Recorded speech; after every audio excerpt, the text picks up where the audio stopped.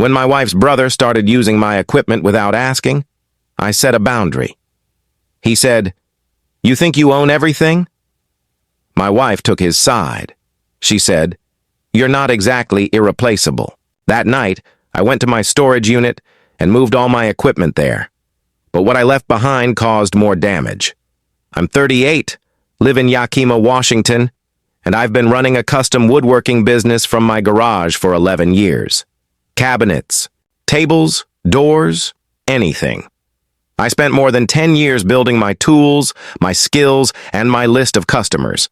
I earned everything with long hours, hurt hands, and quiet hard work. I'm not flashy or loud, but I'm proud of what I've built. I met Marlene when I was 28. She was the kind of person who stood out in a room.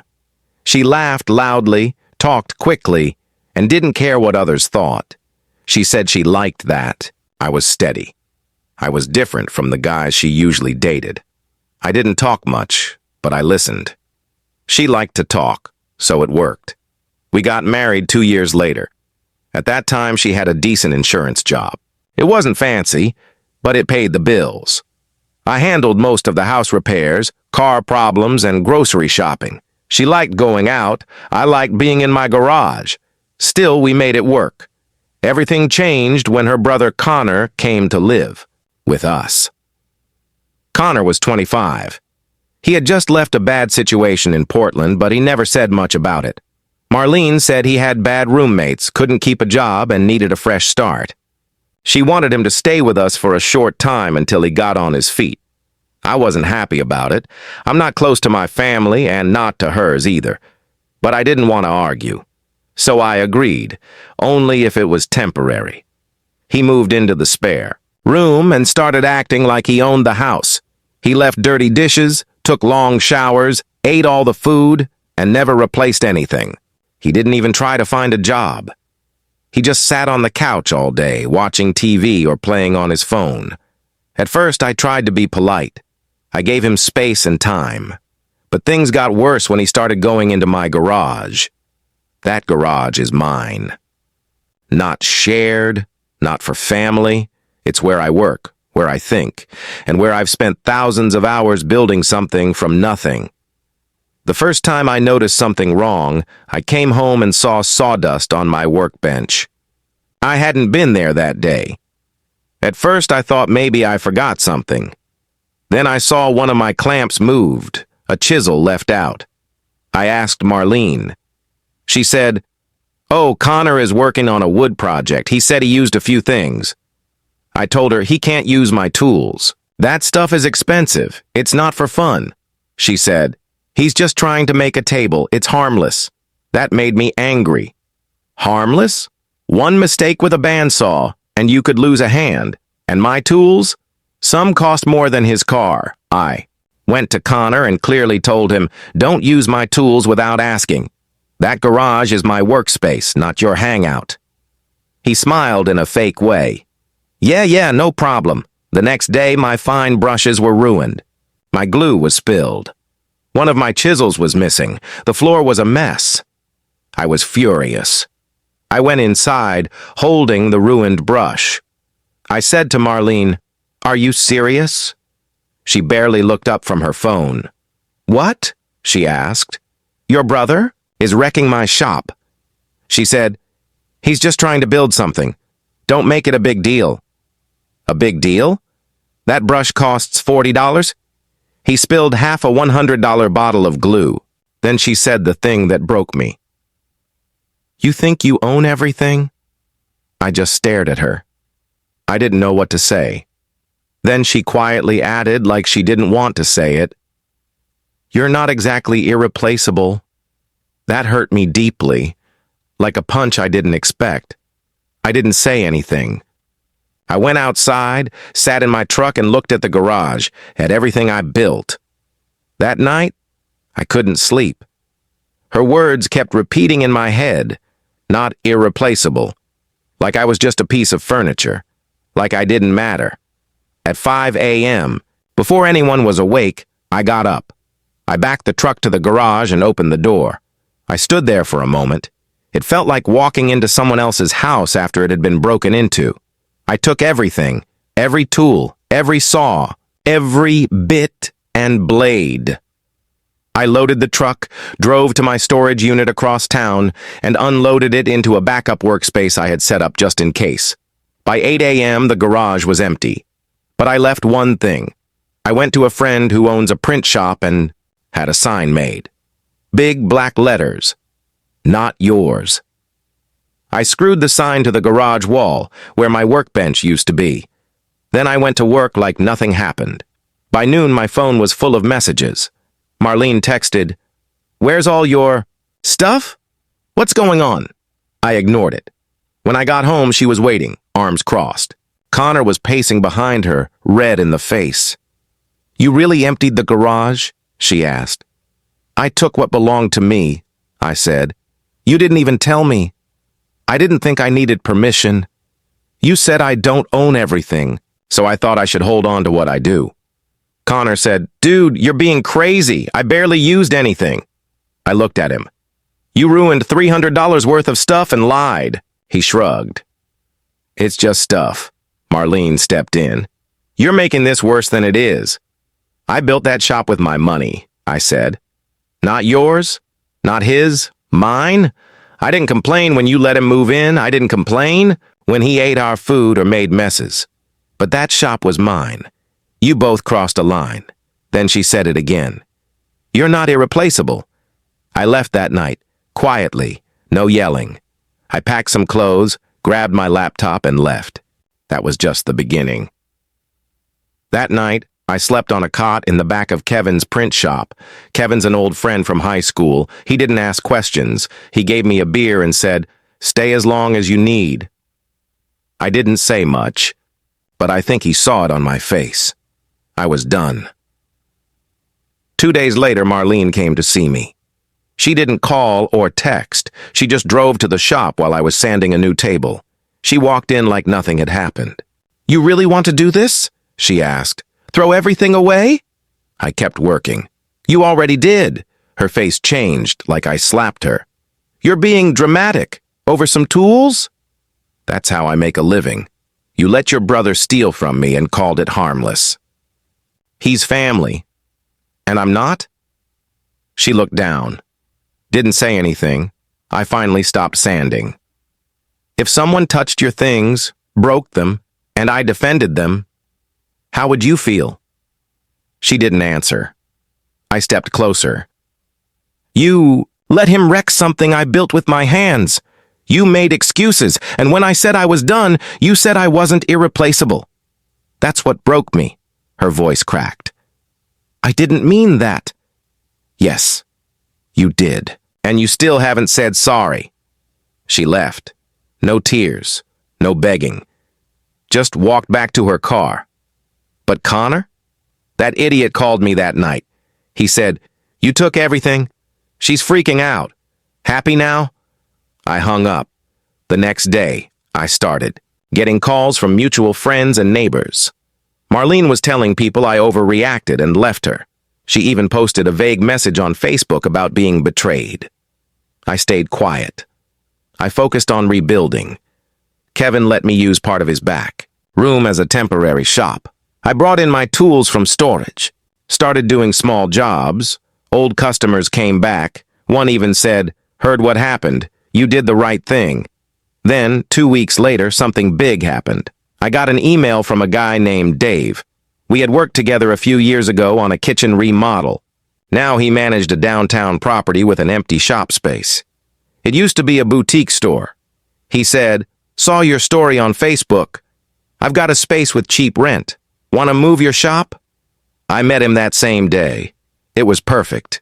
Big windows, tall ceilings, enough room for all my tools, and more. For the first time, I saw what could come next. I signed the lease within a week. Meanwhile, at home, things were falling apart. Connor still had no job, no money. And without tools to finish the coffee table, he stopped working. Neighbors began to notice the empty garage and the fighting. One neighbor messaged me privately, "Everything okay over there? I heard your sister's brother screaming in the driveway the other night." I told the neighbor I no longer lived there. Then the real storm began. I was served papers. Marlene filed for separation, asking for half our property, my tools, my business, even part ownership of the new shop I had just leased. She did not understand business ownership. She thought that because we were married, she could claim any item I owned, even things I bought before we met. But I kept every receipt. I had proof for each purchase. My business bank account was separate. I had followed all the rules. My lawyer explained it clearly. She had no case. If anything, she might owe me damages. That is when I decided to fight. Back harder. We filed a countersuit for income lost when my property was damaged, and we named Connor as well. Yes, I sued my own brother-in-law for using and destroying my professional equipment without permission. The lawyer said it was rare, but we had enough documentation, photos, texts, and witnesses to win. After that, Marlene went silent. No more calls, no more Facebook posts. Connor sent one message. "This is war, dude. You picked the wrong family." I did not reply, but I saved the message. If he thought that was war, he had no idea what was coming. About a week after we filed, I was working on a custom oak desk in my new shop. Kevin peeked in and said there was a woman at the front asking for me. She said her name was Jenna. I did not know her. She stood in the doorway, late 30s, short brown hair, business clothes, holding a small folder. She looked nervous but determined. "You don't know me," she said, "but I know Connor. Or I used to." She opened the folder. Inside were screenshots of texts, emails, and court papers, restraining orders, one from Portland, one from Vancouver, both against Connor. Different women. She was one of them. It turned out Connor had a history. Not just laziness and freeloading, but threatening behavior. He'd been kicked out of housing multiple times. One restraining order was still active. Jenna found my name on a tagged photo Marlene posted years ago at our housewarming. She saw my name again in a private Facebook group where local women warned each other about dangerous or manipulative men. Connor's name had come up 3 times in the last month. I was shocked. I asked why she came here. She said, "I saw your story about the sign and your tools online. I recognized him. If he's still hurting people, someone should know." She left the folder and said, "I hope this helps." It did. I gave everything to my lawyer. This was no longer just about tools. It was about protecting people from someone with a pattern of abuse. The lawyer added it to Marlene's case file. It might not change the property dispute directly, but it could show the judge who was telling the truth. A few days later, I got a call from Marlene. First time since filing. I let it go to voicemail. She left a shaky message. "I think we need to talk. Things got out of hand. I didn't know about Connor's past. I just wanted to help him. I didn't mean for it to break us." I played it for my lawyer. He nodded. She was finally seeing the damage. I still did not call back. I did not want words anymore. I wanted action. Then I got another surprise. An old client, Rick, called. He runs a local contracting business. He'd heard my story and wanted to help. "Have you thought about teaching? We have younger guys who only know YouTube. You could run workshops in your new shop, charge for weekend courses. I'll send them your way." At first I hesitated. I'm not a teacher. But the idea stuck. I built extra workbenches and designed a simple beginner course, basic joinery, safety, tool care. A week after posting it on Facebook, 12 people signed up. Half were hobbyists. The other half were young men starting careers who respected real craftsmanship. The shop buzzed in a new way. I was rebuilding not just my business, but my community. Meanwhile, on the legal front, Connor finally showed his true colors. He did. Not just respond to our countersuit, he filed his own suit against me. He claimed I threatened him, bullied him out of the house, and created a hostile environment. All lies. My lawyer laughed at the paperwork, but it meant we would go to court. The real court battle began.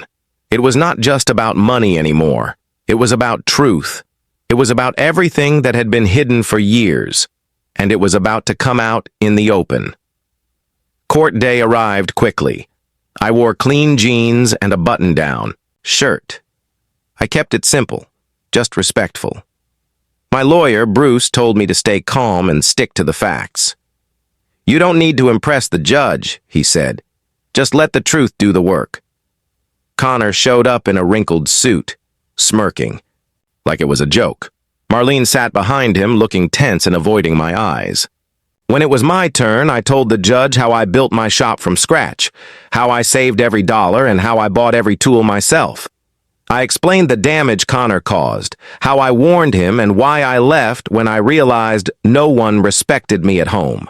Bruce showed the judge my receipts, the photos, the texts, even Marlene's voicemail.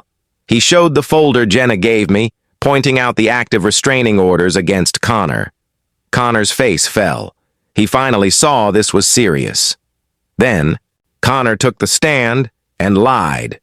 He said I threatened to beat him with a hammer, that I screamed every night, kept weapons around, made Marlene cry, and tried to sabotage his career. When Bruce asked what career, Connor stuttered. Then Bruce held up a cease and desist letter from a local business owner, accusing Connor of selling knockoff furniture designs. Connor froze and mumbled. The judge asked direct questions. "Did you live rent-free in the home?" "Yes." "Did you ever pay for the tools?" "No." "Were you told not to use them?" He paused, then said, "Yes." Marlene then took the stand. She looked pale and tired. She claimed she did not know about Connor's past and only wanted to help her brother. When the judge asked about her "you're not irreplaceable" comment, she said it was taken out of context. Bruce played the voicemail again. The courtroom was silent.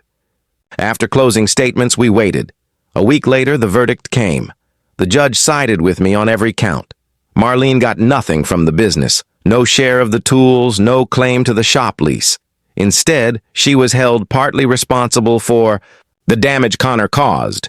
The judge ordered Connor to pay $28,000 in damages. He didn't have it, so the court froze his bank account, garnished future wages, and placed a lien on his tax returns. The court also reported his false testimony to the district attorney. 2 months later, he was arrested for perjury. He was already on probation from Portland, so lying in court violated his probation.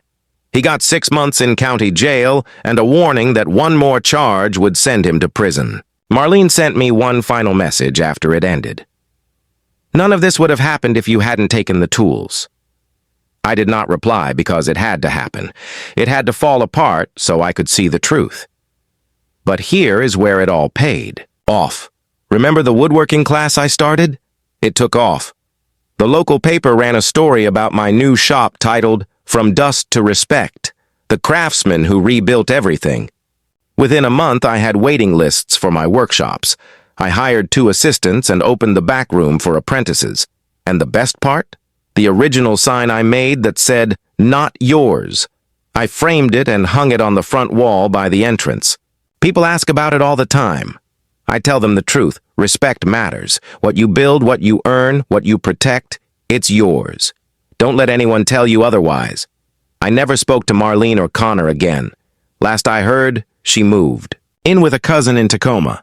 Connor is flipping burgers in a strip mall an hour out of town. He tried to start a GoFundMe to pay his fines. It raised $37. One of the comments said, "Maybe don't steal from the guy who knows how to cut people off clean." I didn't write it, but I smiled when I read it. In the end, revenge does not always come with fire and screaming. Sometimes it comes with silence and an empty garage.